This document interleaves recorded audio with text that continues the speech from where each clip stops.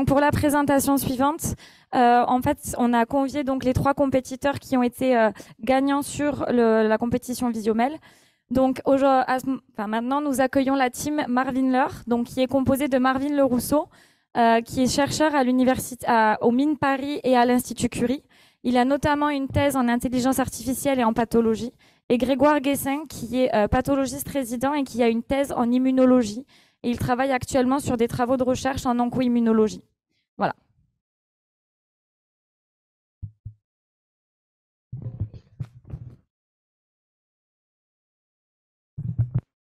Merci Laurie, bonjour à tous. Donc on est très content de venir présenter ici notre solution. En fait, nous, ce qu'on a développé, c'est une méthode qui est construite pour être interprétable. Je pense que si vous êtes dans le domaine ou un peu proche du domaine, on entend beaucoup les méthodes de black box. Il manque d'interprétabilité, on a voulu contrer ça. Donc je suis là avec Greg, on va vous présenter tout ça pendant une dizaine de minutes. Merci. Alors la première chose qu'on a voulu faire en fait avec Marvin avant de commencer à entraîner nos algos, c'est tout simplement, on s'est demandé quels sont les facteurs pronostiques connus dans le mélanome. En fait, le travail que fait un Nanapath finalement. Donc, on en a déjà parlé dans les présentations précédentes. Vous pouvez voir ici qu'il y en a une certaine liste. On ne va pas tous les détailler. Mais bon, bien sûr, on reconnaît le Breslow qui est finalement très important. Lui aussi, par exemple, l'ulcération. Après, on a des choses qu'on ne veut pas voir nécessairement sur les lames d'Nanapath, comme les métastases à distance. Voilà. Et puis, on a des facteurs cliniques comme l'histoire de mélanome qui est quelque chose d'important. Donc, le jeu de données, la cohorte en fait, de Visiomel, la cohorte d'entraînement de Visiomel, au sein de cette cohorte, on avait, comme vous l'avez dit, différents types de data. On avait des lames et pour chaque lame, on avait associé des facteurs cliniques et histologiques comme le Breslow, l'ulcération, l'âge, le sexe, mais aussi le type, la localisation dans le corps et aussi l'histoire de mélanome. Ce qu'on a voulu faire, finalement, c'est d'aller voir pour chacun de ces paramètres lequel était déjà le plus prédictif de la rechute à 5 ans. Donc, de manière assez attendue, le Breslow est celui qui prédit le mieux la rechute à 5 ans. On a aussi l'ulcération qui joue un rôle, mais qui finalement, quand on l'ajoute au Breslow, ne joue plus vraiment de rôle. Donc ça, c'était assez intéressant. Et au vu de ces datas, ce qu'on s'est dit, c'est que finalement, nos modèles, on va essayer vraiment de s'intéresser à la tumeur, à sa forme, à ses caractéristiques morphologiques, dont le Breslow, mais pas que. Et notamment, on va en extraire des features qu'on va vous présenter ensuite. Voilà, donc on est parti initialement de la cohorte qui contenait 1300 patients, une slide par patient. On a obtenu à la fin, donc c'est un biomarqueur. Comment fonctionne notre approche? En fait, c'est 3 modules. Premier module, on va faire une annotation automatique du mélanome dans toutes les lames.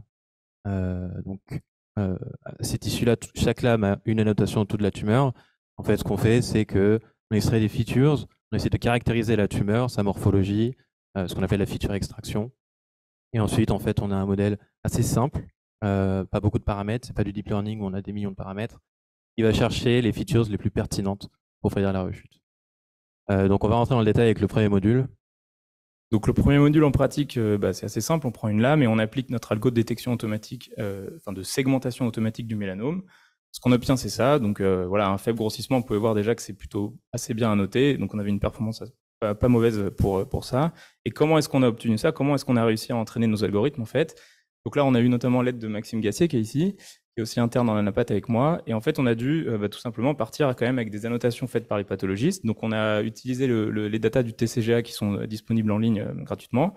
On a annoté 265 lames de mélanome, ce qui correspondait à plus de 40 millions de cellules mélanocytaires, entre guillemets. On a aussi utilisé une database de lames saines sans aucune lésion, sans mélanome, et ça c'était très important pour tous les contrôles négatifs, hein, si je peux dire ça comme ça. Et enfin, ce qu'on a fait donc avec Marvin, c'est que on a appliqué des algorithmes de data augmentation pour générer plus de 100 000 slides virtuels, entre guillemets. La data augmentation, finalement, c'est on va augmenter de manière artificielle l'éosine, l'hématoxyline, la granularité pour mimer différents scanners, des choses comme ça. Voilà, donc cette cohorte nous a permis d'entraîner un modèle qui va annoter automatiquement la tumeur. Et donc ensuite, pour valider sa performance et s'assurer que tout est bon, on a annoté 60 lames supplémentaires, cette fois-ci dans la cohorte de Visiomel, pas dans le TCGA. Et donc voici les performances que ce modèle de segmentation, d'annotation auto obtient. En 5x, on a un F1 score qui est à 93%. F1 score, c'est entre 0 et 100. 100, c'est la perfection, 0, c'est nul. Donc là, c'est plutôt pas mal. Et ça marche mieux en 20x, hein, parce qu'on voit quand même mieux le phénotype des cellules. On arrive à 97% de F1 score. Donc voilà, le module 2, feature extraction. Donc les différentes features qu'on a designées ensemble avec Marvin et Maxime, donc c'est des features de taille, de forme de la tumeur. Donc le premier et plus important finalement, c'est une sorte de Breslow automatiquement calculé, avec là vous voyez 2 exemples, une épaisseur fine, une épaisseur plus épaisse. Une autre des features qu'on a extraites, c'est tout simplement la largeur de la tumeur, peut-être que ça joue un rôle. Et enfin, un autre exemple de features auquel on s'est intéressé, mais il y en a quelques centaines. Ça va être, on s'est demandé si le pattern d'invasion de la tumeur, de manière plutôt exophytique ou endophytique vers la profondeur, pouvait jouer un rôle dans la rechute à 5 ans. Voilà, donc en fait, à cette étape-là de notre pipeline, pour chaque lame, on a fait la segmentation. Et de cette segmentation, on a extrait des features. Donc on en a à peu près 180. Donc par exemple, sur cette lame ici qu'on voit à gauche, on a un gros Breslow, une grosse surface tumorale, un périmètre qui est modéré, bon, etc. À ça, on ajoute les données cliniques qui étaient disponibles, donc le genre, l'âge, la localisation, l'historique de mélanome. Et donc en fait, comment ça fonctionne ensuite? On a une valeur par feature pour chaque lame. On a simplement un modèle qui est linéaire. Donc pour ceux qui sont peut-être plus familiers, c'est comme un Cox model, sauf qu'on ne prédit pas un risque, on prédit directement une probabilité. Donc il a un paramètre par feature dans ce cas-là. Comment on a fait pour entraîner ce modèle? Bon, c'est assez simple. Pour chaque lame, on fait tourner le modèle, on nous prédit une probabilité. On a une vérité de terrain qui est est-ce que le patient a rechuté ou pas. Et donc grâce à ça, ça va permettre automatiquement de trouver les features qui corrèlent le plus avec la rechute pour tous les patients de manière générale. Donc, in fine, les performances qu'on a en local, nous, c'est qu'on atteint une AUC à 0,84 avec cette approche, comparé au 0,82 du modèle qui prend toutes les variables clinico-pathologiques qu'on avait à disposition. Donc on a un gain par rapport à ça. Et si on s'intéresse en fait en termes d'interprétabilité, qu'est-ce que regarde le modèle? En fait, s'il utilise 10 features, dont ces 5-là, donc sans surprise, on a notre Breslow automatique qui ressort, mais on a également des features de volume et périmètre tumoraux, de nombre de nids tumoraux qui peut jouer, et enfin quelque chose qui semble intéressant, qui est l'irrégularité du front invasif, et de manière générale aussi, qui comprend aussi les microsatellites, nodules microsatellites. Donc voilà, ça c'était notre solution finale. Mais en fait, bon, on était dans un contexte de challenge. Le challenge, il y a un certain environnement. Et dans cet environnement-là, en fait, on avait 8 heures par soumission pour traiter 540 patients, ce qui représentait moins d'1 minute par patient. Ça nous a forcé à utiliser en fait le modèle d'annotation automatique de tumeur qui est en 5x et pas en 20x. Donc, ce qui fait qu'il performe un petit peu moins bien. Et surtout, en fait, on manque du phénotype cellulaire.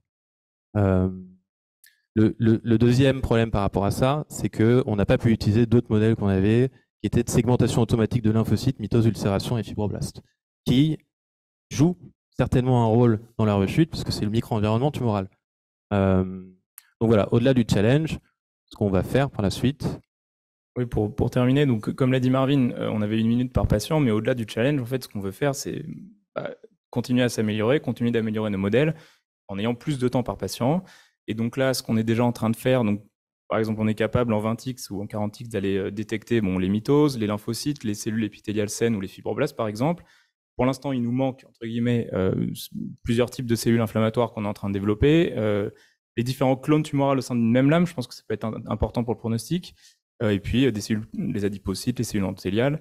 Il y a aussi la segmentation de l'ulcération qu'on n'a pas pu utiliser dans le modèle parce qu'on n'avait pas le temps, mais on est capable de la détecter et on sait que c'est tout de même pronostic. Et puis ensuite, quelque chose qu'on aimerait faire, c'est finalement d'incorporer non pas qu'une seule lame ou qu'un seul morceau de tissu par patient, mais toutes les lames du patient, parce que la tumeur, elle est quand même, je pense, hétérogène selon sa taille. Et puis d'inclure, si c'est disponible, les lames de ganglion sentinelle, par exemple, du patient. Donc voilà, merci à tous pour votre attention. Je remercie évidemment Maxime Gassier, qui est interne avec moi en Anapat et qui nous a beaucoup aidé pour le challenge. Oui, et donc merci à mon chef de labo, Thomas Walter, à tout le labo CBio, aux mines de Paris et à l'Institut Curie. Merci à Anne-Vincent Solomon aussi, de l'Institut Curie, et évidemment aux organisateurs du challenge. Et il était quand même très très bien ce challenge.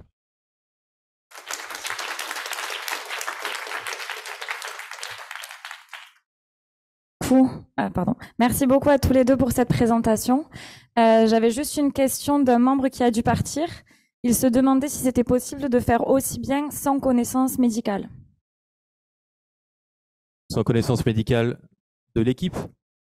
Ah, bah non, Voilà. certainement pas. Et c'est probablement assez compliqué parce que nous, en tant qu'Anapat, on a un rôle, je dirais, à plusieurs étapes. La première, c'est déjà de fournir des annotations parce qu'il en faut quand même une certaine quantité, même si on a des techniques qui peuvent nous permettre en fait de un peu se dédouaner de ça. Et notre deuxième expertise, c'est aussi dans le design des features, en fait, des formules mathématiques qu'on extrait de formes et compagnie. On pourrait faire ça de manière complètement aléatoire, mais on peut aussi s'inspirer de ce qu'on sait de la biologie des cancers. Et voilà.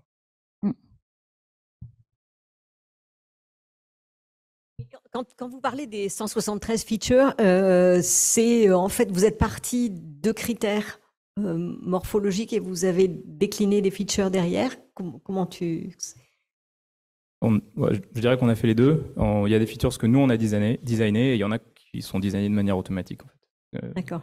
On essaye de partir, on essaye de prendre deux cas qui visuellement ont l'air différents et d'exprimer mathématiquement pourquoi ils sont différents. Donc, il y a des choses hyper simples qu'on a sorties au début, comme la surface ou le volume quand on a plusieurs coupes. Le périmètre, c'est des choses faciles. Mais ensuite, pour deux tumeurs qui ont la même R, comment on les différencie? Et donc, c'est comme ça ensuite qu'on a construit les features. Et puis ensuite, on est parti de ce qu'on connaissait en routine pathologique. Donc, Est-ce que vous allez inclure des données immunohistochimiques? Alors, pourquoi pas? Mais je pense qu'il y a déjà beaucoup d'autres choses à faire sur les lames HES. Parce que là, tout ce qu'on présente, c'est simplement une segmentation de la tumeur à 5x. Mais quand on aura toutes les détections des cellules, quand on pourra sur une lame dire, bon, bah là, il y a 2 millions de cellules, c'est telle classe, localisée à tel endroit, déjà, il y aura beaucoup d'infos à extraire. Est-ce que vous avez été gêné par les colorations HES variées? Non, parce que comme le mentionnait Greg, en fait, on a cette augmentation de données où on va artificiellement simuler des différents protocoles de centre. Donc rajouter de l'hématoxyline, enlever de l'éosine, enlever du safran, on est capable de le faire aussi. Rajouter du safran, c'est plus compliqué parce qu'on n'a pas forcément la fibrose, mais donc grâce à ça, en fait, on va au-delà. Et je pense que c'est ça qui fait qu'on a bien généralisé sur les nouveaux centres, c'est qu'on a déjà simulé plein de centres différents, la granularité du scanner aussi, ce genre de choses. Merci. On a encore une question. Il y a encore une question ici. Oui. C'est très joli, bravo. Hein. C'est pour essayer de comprendre les limites de la méthode. Donc en fait, vous essayez de prédire la caractéristique clinique évolutive, la récidive, à partir d'images à l'impact.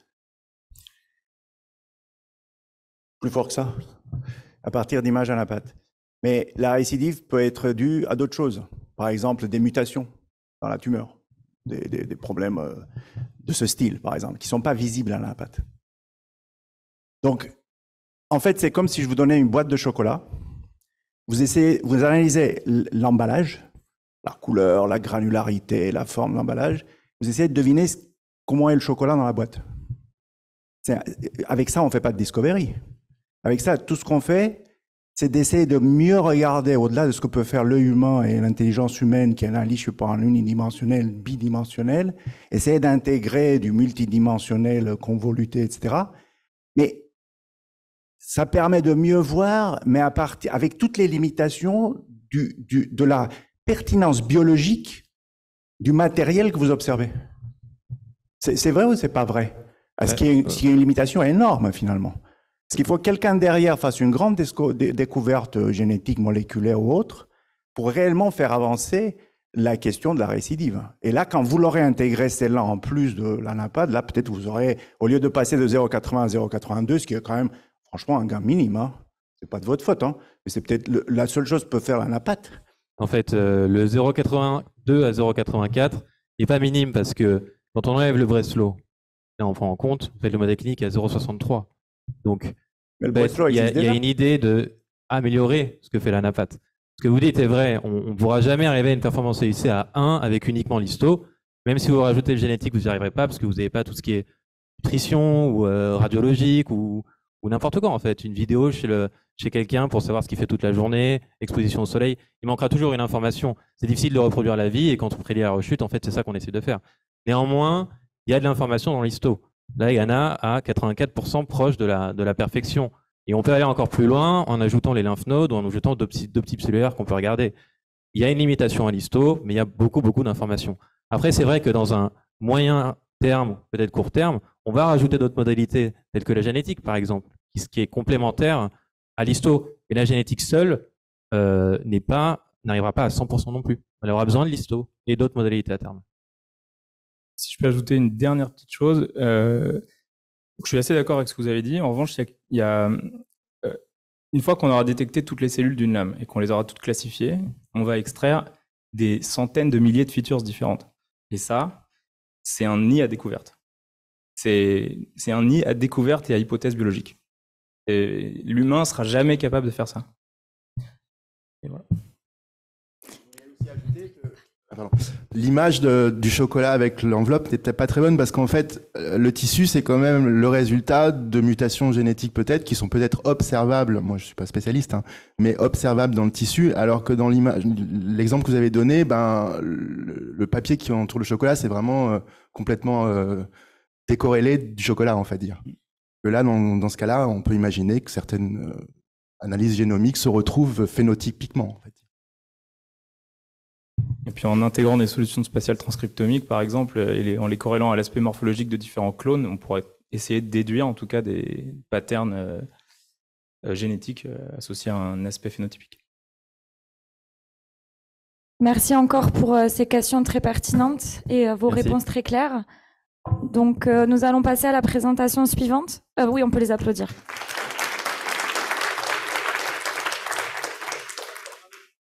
Donc, pour la présentation suivante, nous accueillons Lucas Robinet, qui est étudiant thésard à l'Institut de recherche contre le cancer de Toulouse et l'IRT de Saint-Exupéry, et Ziad Keil, qui est aussi étudiant en première année de thèse au centre de recherche contre le cancer de Toulouse. Et donc, ils sont la team Title Tower du Data Challenge de Visiomel.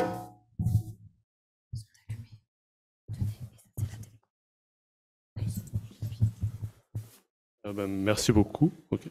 Tout d'abord, premièrement, je pense qu'on peut, on va peut-être s'excuser parce que comparé aux autres présentations qu'il y a eu avant, le niveau médical était très poussé.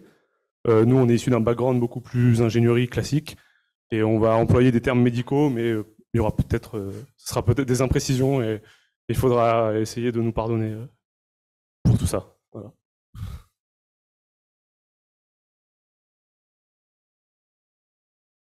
Parfait. Mais du coup, on va commencer par vous dire quelques précisions sur tout ce qui va suivre. Donc, ce que Lucas va vous raconter, ce que je vais vous raconter après. Alors déjà, en termes de données, qu'est-ce qu'on a utilisé? On a utilisé les données cliniques que tout le monde avait à disposition, mais on s'est très rapidement heurté à un problème, c'est qu'on n'avait pas l'infrastructure nécessaire pour stocker en fait toutes les données. Du coup, on a commencé par télécharger une image de taille acceptable qu'on pouvait stocker et qui était quand même utilisable par des modèles classiques. Donc typiquement, c'est limité dans un premier temps à du 1024 par 1024. Et ensuite, pour essayer de faire des choses un peu plus intéressantes, on a téléchargé donc l'image à plus haute résolution disponible, mais pas toutes celles qui sont dans la pyramide TIFF. Ensuite, alors pour éviter de faire n'importe quoi, c'est quelque chose qui est typique en data science, et j'imagine que tout le monde l'a fait également, mais ça sert à quelque chose de préciser. On a divisé donc notre jeu, enfin le jeu qui était à disposition d'entraînement, en entraînement et en validation à 70%, et stratifié donc sur la relapse. On a entraîné tout ça sur un ou deux GPU, je sais plus.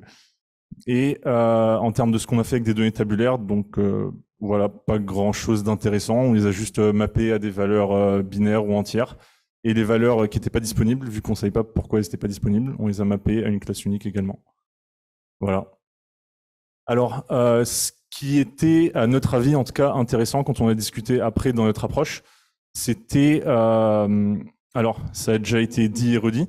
Donc, il y a des données cliniques qui étaient très corrélées à la prédiction de la relapse. Et c'était le Breslow illucération.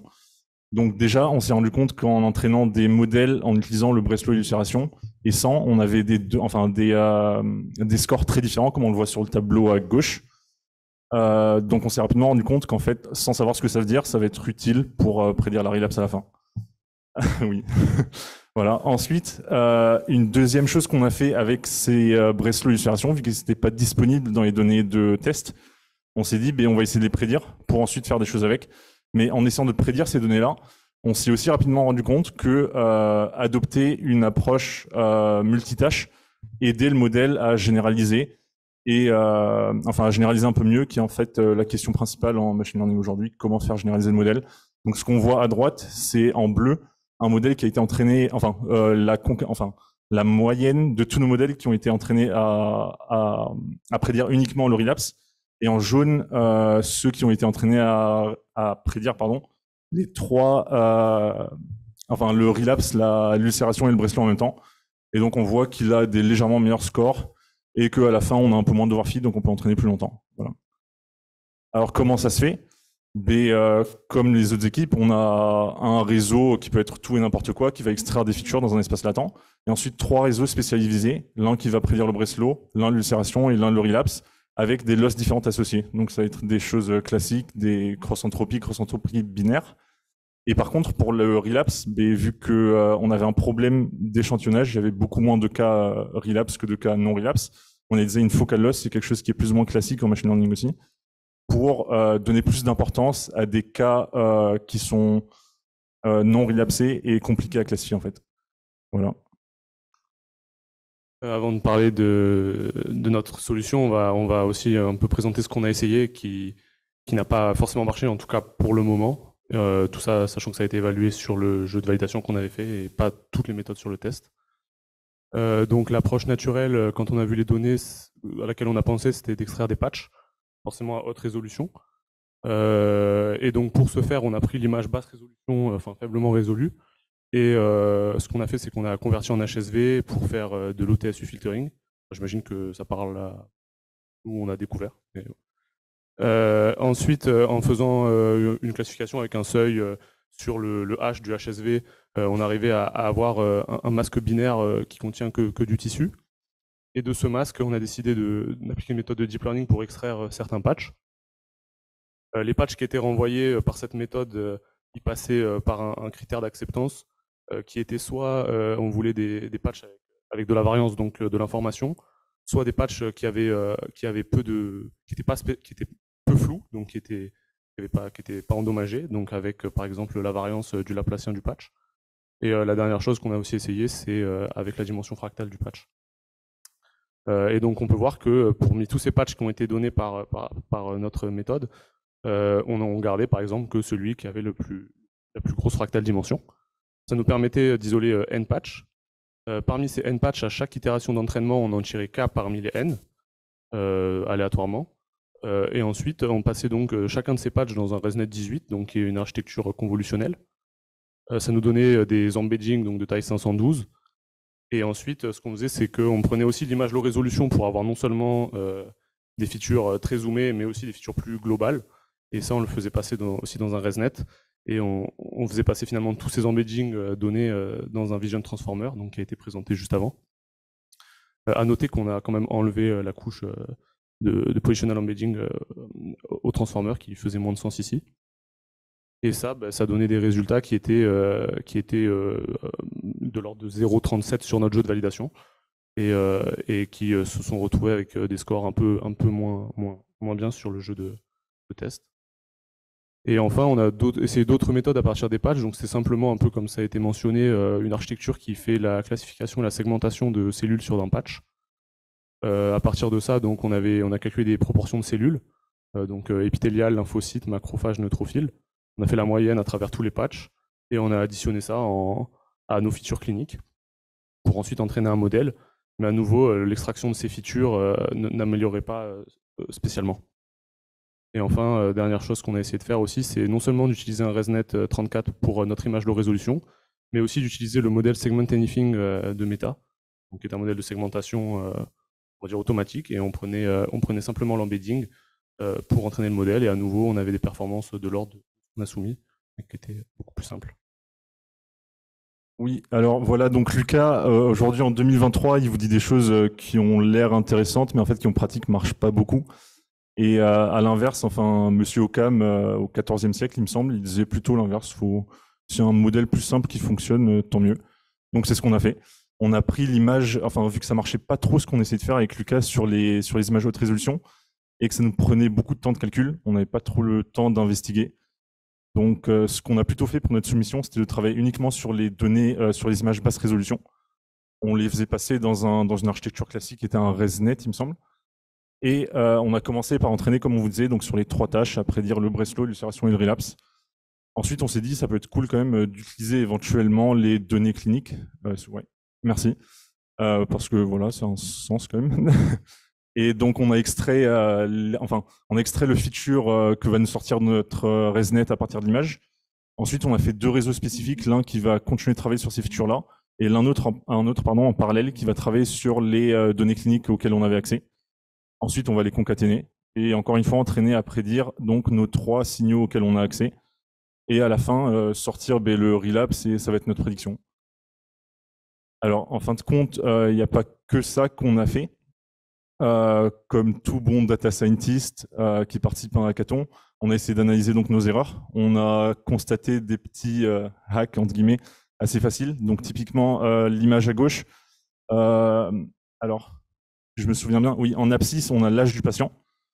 En ordonnée, on a la prédiction de notre modèle, enfin la probabilité de rechute que va prédire notre modèle. Et les couleurs, c'est donc le label véridique s'il a relapse ou pas. Donc relapse en jaune. À cause de différentes choses qu'on a fait en pre-processing sur l'âge, on a constaté très rapidement que les patients assez âgés, donc plus de 90 ans, ils relapsaient presque jamais, mais notre modèle les prédisait assez haut, donc on lui a dit prédit les plus bas. Voilà. Et ensuite, donc grid search, on a essayé de tuner tous les différents hyperparamètres, que ce soit donc l'importance. On a dit qu'on a entraîné sur 3 tâches. Qu'est-ce qui est plus important comme tâche? Donc on a fait des grid search là-dessus. Le type de modèle qu'on est en train d'utiliser, le pre-processing sur les données, ce genre de choses. Et à la fin, bien sûr, vu que c'est dommage de ne pas utiliser toutes les datas, on a donc entraîné le modèle sur le jeu de test entier, donc qui contient notre jeu d'évaluation à nous. Voilà. Merci beaucoup pour votre attention. Vous avez des questions?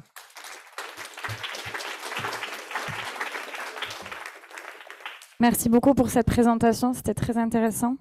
Est-ce qu'on a des questions ici dans l'Assemblée?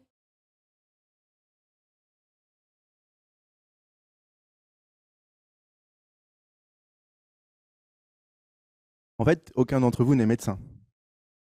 Pardon. Non, pas du tout. Et pourquoi vous n'êtes pas allé justement faire des choses sans regarder Breslow, aller regarder justement au-delà de la zone tumorale, parce que c'était un peu l'idée qu'on avait en tête, d'aller regarder dans le tissu en dessous. Vous comprenez ce que je veux dire? Non, pas trop. Eh ben, de donner l'image à manger et puis d'aller regarder ce qu'il allait chercher dans les zones intéressantes pour classifier. Pourquoi vous n'avez pas fait ce choix-là alors que vous n'êtes pas médecin? Enfin, typiquement sur cette image, pour qu'on parle de la même chose. Oui, pourquoi vous êtes tout de suite allé chercher le Breslow, etc. Ah, d'accord. Alors que vous auriez pu très bien donner l'image et puis voir ce que ça donne, quoi. Ah oui, d'accord, mais c'est ce qu'on a commencé par faire. Et ensuite, on a constaté, c'était la première slide, déjà que le Breslow l'ulcération était utile. Et ensuite, ouais, si je peux revenir sur la première slide. Et ensuite, que ça améliore l'entraînement du modèle d'essayer de prédire ces choses-là. En fait. Vous avez commencé à faire ça, mais là que j'ai pas compris. À quel moment vous avez commencé à faire ça? Pardon. Et en fait, on donnait l'image telle quelle au modèle. Oui. Et c'est juste qu'on espérait, que, on va dire, dans les features, dans l'embedding, on va dire, dans c'est là que j'ai pas suivi. Dans le latent de notre modèle, oui. Qui est une espèce de désenchevêtrement, et que dedans il y ait des informations pour le Breslow et l'ulcération. D'accord. Ça, j'ai pas vu tout de suite. Et d'accord, bah du coup, vous allez répondre à ma question. Donc, quelque part, peut-être que les données sont très compliquées, en fait, à analyser. Sans le Breslow. Il avait le nez, il avait du flair. Il a eu du flair parce qu'il a fait ça comme ça, au nez. Il a eu du pif. Et, en fait, avec l'intelligence artificielle, vous prouvez quelque chose. On a une question en ligne. Quelqu'un demande si vous avez tenté des méthodes d'augmentation de données pour le modèle. Oui, on a tenté tout ce qui est classique comme augmentation de données. Et après, des choses spécifiques à notre modèle, c'était masquer des patchs quand on travaillait sur des patchs, pour pas trop dépendre, vu qu'on ne pouvait pas extraire beaucoup de patchs avec notre infrastructure de travail. On en extrait typiquement 50 sur toute l'image. Donc on voulait pas qu'ils dépendent trop sur un patch ou un autre, enfin le score qu'on attribue à un patch, typiquement la dimension fractale, vu que ça pouvait changer. Et il faut savoir que dans le VIT final, on extrayait 50 patchs et on pouvait en passer à chaque itération que 8. Donc c'est quand même très petit. Donc ça peut être aussi une des causes. Merci pour cette réponse. Il y a d'autres questions? J'ai rapidement une dernière question. Enfin, vous, par rapport aux précédents compétiteurs, vous n'avez pas été gêné justement par le faible temps de calcul disponible par patient? Ça a été quand même une limitation de votre travail? Ça a été une limitation. Enfin, en termes de soumission de notre modèle, non, pas du tout, parce que notre modèle, il prend l'image la plus petite possible. Et donc, ça va très très vite. Enfin, ça prend 2-3 minutes. Par contre, en termes de nous, quand on a essayé des choses qui nous paraissaient plus intéressantes que ce qu'on a soumis, ben, on ne pouvait pas trop le faire en fait, parce qu'on n'avait pas l'infrastructure nécessaire pour stocker les données, pour faire les calculs dessus. Et typiquement, c'est aussi pour ça qu'on a extrait que 50 patchs initiaux, parce que on avait en tête qu'il fallait respecter ces 8 heures de soumission, donc on pouvait pas, parce qu'il y avait des méthodes un peu toutes faites, on va dire, des codes tout faits qui en extrayaient peut-être 300-400, et ça, on savait que c'était pas possible. D'où l'intérêt d'essayer de trouver une méthode plus intelligente pour patcher.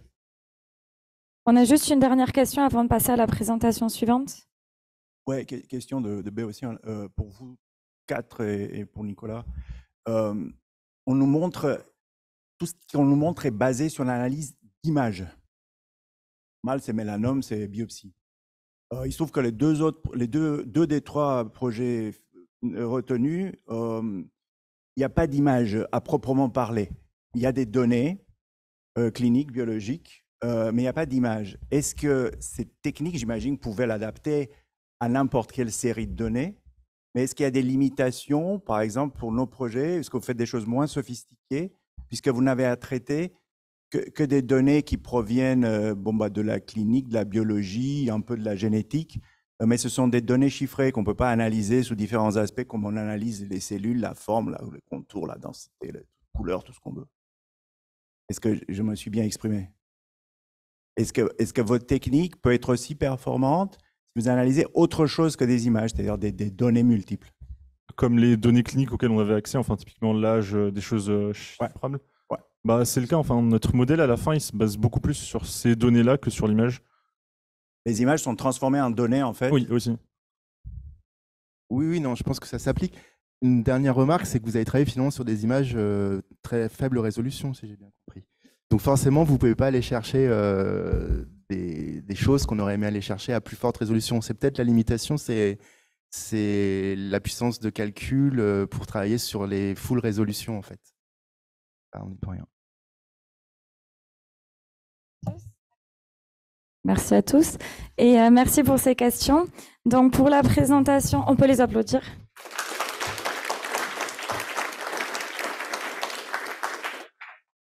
Donc pour la prochaine présentation qui sera aussi la dernière, on accueille Raphaël Kimignan, qui est a priori le gagnant de ce Data Challenge d'après le score que nous avons choisi. Donc il est un data scientist indépendant du Kenya et il participe fréquemment à des compétitions autour de la data et plus particulièrement les compétitions qui permettent de résoudre des problèmes ayant un impact social significatif. Donc Raphaël est en ligne. Hi Raphael, welcome to the Visiomel Award ceremony. So welcome and please feel free to take the lead whenever you are ready. Thank you, Laurie.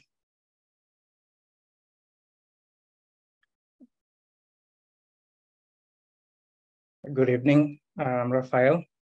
This was my approach for solving the Visiomel challenge. So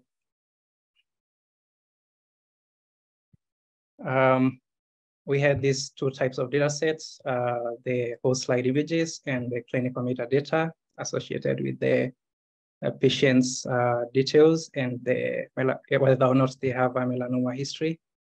We also had the characteristics of the tumor, where it's located, and importantly, these 2 factors, the breast loss depth, which measures the size of the melanoma, how far it has penetrated the skin, and the ulceration, which is a flag indicating if there's a presence of tissue loss.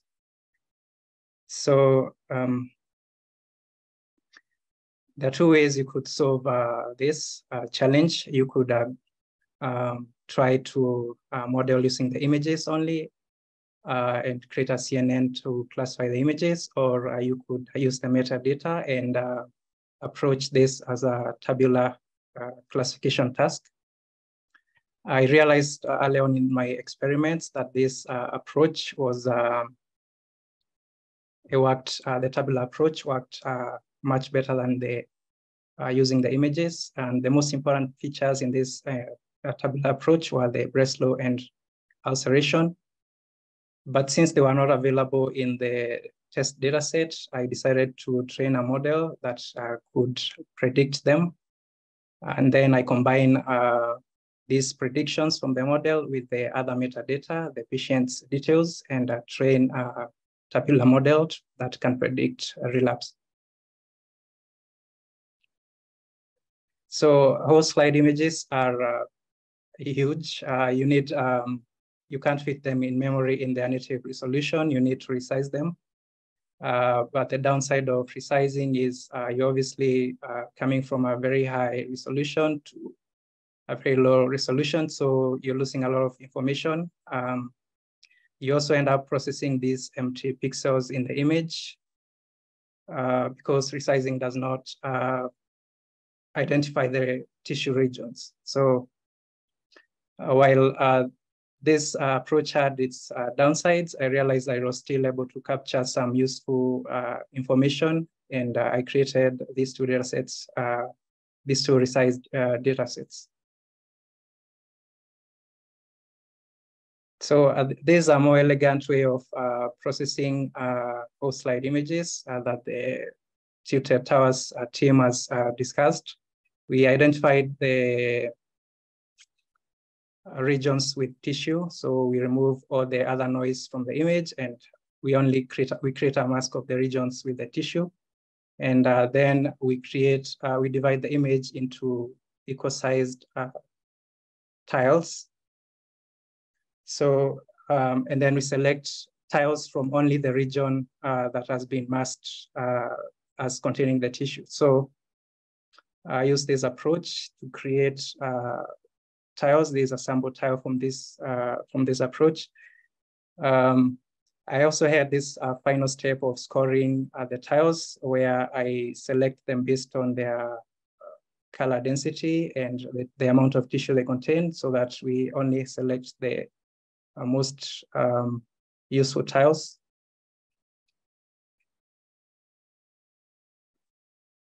Even with this approach, I came across a few issues. So selecting only a few top quality tiles is not ideal because you realize to calculate something like a Breslow, which is an important factor, you need to see this whole component, and selecting only a few random tiles will not enable you to see that.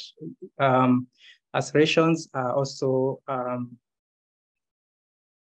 acerations are usually found on the edges of these images, so they were often overlooked by the scoring algorithm because tiles around these regions have a low tissue content. So there's probably a more elegant way to solve this, but the easiest solution is to select more tiles. So I selected more tiles. I ended up with as many as 10,000 tiles per image.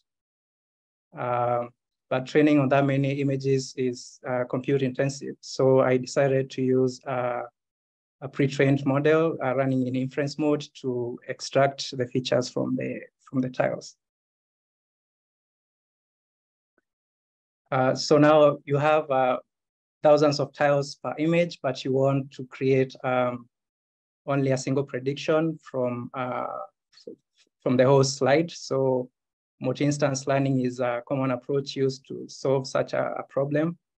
Specifically, I used this sparse column mail architecture, which was created by Marvin from the first team. So it's able to capture the locations of the tiles and exploit the relationship of the tiles. So you get the full view of the whole slide image. Okay. So using, so I ended up with this solution. We have two inputs here, the whole slide images and the metadata. We pass so I have two processing pipelines for the images. The first one is using the tile extraction method I've explained. So I extract tiles from different pages of the whole slide image. And I use the ArresNet 18 model to extract features from the tiles and train a multi-instance learning model that predicts Breslow and laceration. Then I combine these predictions with the metadata to create a model that predicts relapse. In the alternate pipeline, I resize the images, and I used a swim transformer model first of all, I realized that pre-training the swim transformer model on Breslow captures is able to perform better than simply training out directly on the relapse. So I first pre-train it on the Breslow, and then I freeze the backbone of the model and train a linear classifier model to predict relapse. And finally, I merge these two predictions from these two models and take their mean. So these are these are just a slide to show the results. I've decided to add it in the last minute. You can see the performance when you're using only the images without pre-training. And when you're pre-training on Breslow, it scores significantly better.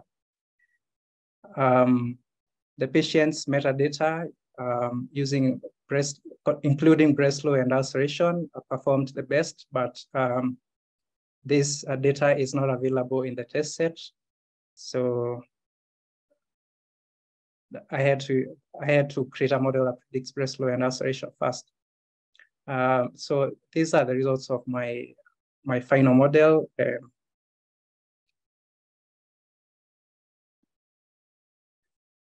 A few issues I ran into. A few improvements ideas I had. We had a significant number of images with blurry regions. So I tried to create a pre-processing task that identifies the most blurry tiles.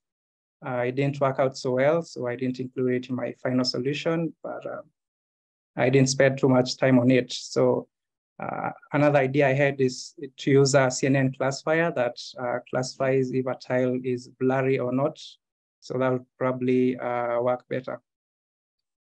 We also had a lot of color variation in the images. So probably using a more advanced augmentation technique could improve the solution. Finally, we could refine the masking algorithm for the tiling approach. So it's designed to work out of the box. It's designed to work well for most tumor classification tasks that don't require regions with low tissue quantity, but in this case, we needed those regions. So probably refining this algorithm could also improve the score. That's all I had. Thank you for your audience.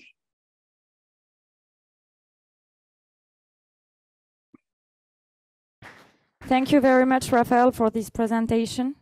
If anyone had a question, we can have one, but that's all because it's already the end of the event. But we can still ask a question later to participants and meet at the cocktail. Thank you, Raphaël. You used a really state-of-the-art mill and swing transformer for medical images. By any chance, do you have a heat map of something for the images that you process? I'm sure not. You didn't give it a try. I haven't created. You have it? No, I haven't created it. Okay, so that will be the post-challenge task of Laurie. Thank you again, Raphaël, for everything. Je voulais juste terminer cette cérémonie par remercier tous les gens qui sont présents à la fois ici et en ligne. Je voulais remercier tous les gens avec qui j'ai eu l'occasion de travailler, je vais même dire la chance de travailler, donc que ce soit les centres inclueurs, les laboratoires ou les équipes. Donc bien sûr Dr Data pour l'encadrement réglementaire, le H2H pour tout le support tout au long du projet, l'équipe projet qui a été très encourageante, très motivante et vraiment au top, même le conseil scientifique et conseil opérationnel, et bien sûr l'équipe RICMEL qui a dû partir malheureusement, mais voilà. Donc j'ai passé vraiment une très belle année à travailler avec vous. Et du coup, je vous invite maintenant à rejoindre le cocktail. Et merci encore aux personnes en ligne qui nous ont suivis. Donc un replay sera disponible et je le partagerai bien évidemment. Merci encore.